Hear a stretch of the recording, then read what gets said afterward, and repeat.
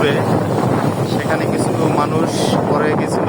এজন্য মানুষগুলি আনার জন্য এখান থেকে ট্যুরিস্ট যে ওয়াটার বাইক আছে, লিটন ভাই ট্যুরিস্ট ওয়াটার বাইক, সেই বাইক কিন্তু ইতিমধ্যে চলে গেছে আনার জন্য।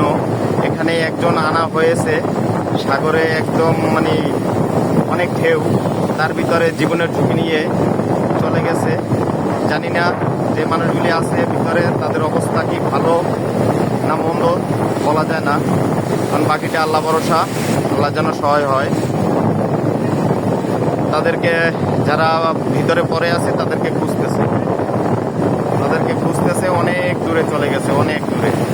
এই যে দেখুন, ক্যামেরায় পাচ্ছে না যদিও, আপনাদেরকে একটু দেখানোর চেষ্টা করতেছি। অনেক দূরে চলে গেছে, আপনারা থাকেন, ইনশাল্লাহ দেখতে পাবেন শেষ পর্যন্ত যে আসলে কতজন মানুষ পড়ছে বা কি হয়েছে, কি অবস্থা।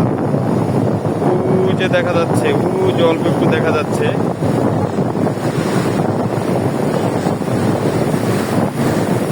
অনেক দূরে চলে গেছে, অনেক দূরে। মনে হয় সম্ভবত খুঁজে পাচ্ছে না, এরকমটা হবে, খুঁজে পাচ্ছে না।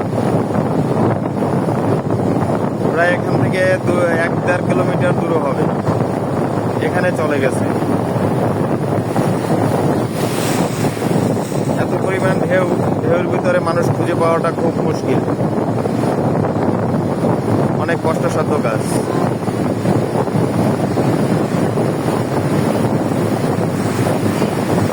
এই ঢেউর ভিতরে খুঁজে পাওয়াটা আসলেই অনেক কষ্টসাধ্য কাজ। বন্ধুরা সাথে থাকুন, দেখা যাক কি হয়। অনেকটাই ঢেউ, সাগরের ঢেউ এত পরিমাণ, মানে ভিতরে কিছু দেখা যায় না। প্রিয় বন্ধুরা দেখুন, এই ট্রলারটি গভীর সমুদ্রে ডুবে গেছিল। এটা মাছ ধরার ট্রলার, জেলেরা এই ট্রলারটি উদ্ধার করে নিয়ে আসছে। এই ট্রলারে 7 জন জেলে ছিল, আলহামদুলিল্লাহ সবাই জীবিত ফিরতে পারছে। আল্লাহর কাছে লাখ লাখ শুকরিয়া।